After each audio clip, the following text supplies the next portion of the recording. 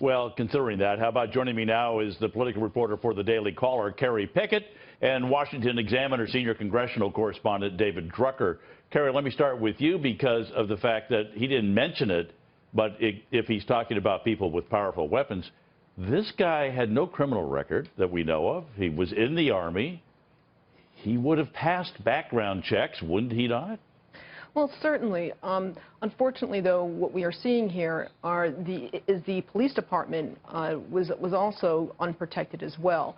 We saw that the police over in Dallas, many of them did not have a bulletproof vest, and we also have seen that unfortunately the gunman himself did have armor, or rather, and so when this ended up happening, we ended up seeing this awful tragedy. I was surprised at that. I thought police officers, regardless of them being in shirt sleeves, as opposed to the Ferguson where they had their riot gear and everything else, I would have thought they would have had bulletproof vests, and it would have possibly saved a lot of those lives.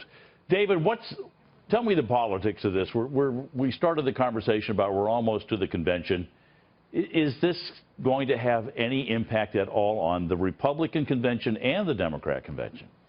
It's really hard to tell at this point. And what we've seen in this campaign is things move very fast, and it's really hard to gauge. And sometimes because of events that we thought, such as Orlando or other things that might have had a huge impact on the campaign, are overtaken by new events. I mean, Orlando was a few weeks ago. This week we've been talking about Hillary Clinton and her email scandal, and now we're going to be talking about this. So I think that we're going to have to see how this plays out. I will say that I thought both Donald Trump and Hillary Clinton today handled things correctly. They pretty much laid off of the politics. They more or less, for most of the day, stayed out of sight.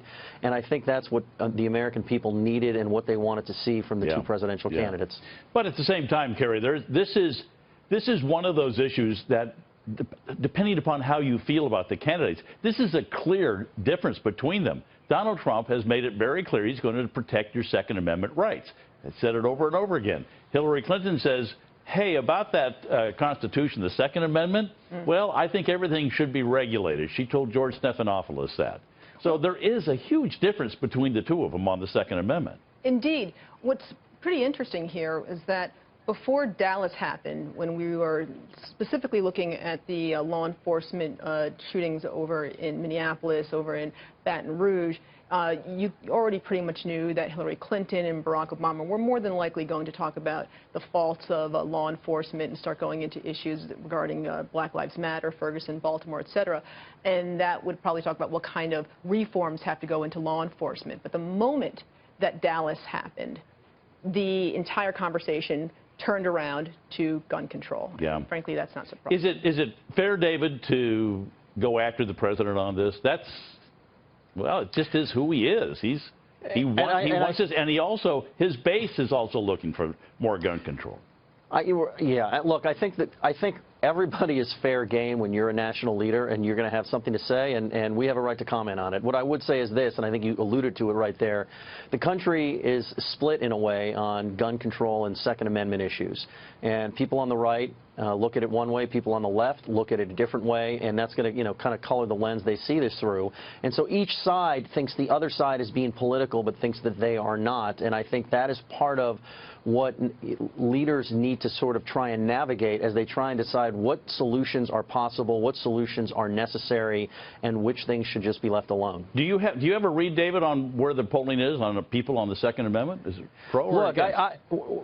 Well, I don't know. I think you have to look at this state by state as opposed to nationally, especially in the context of a presidential election. And there are certain states where the politics are with the Second Amendment and the right to keep and bear arms. There are other states where gun control sells extremely well.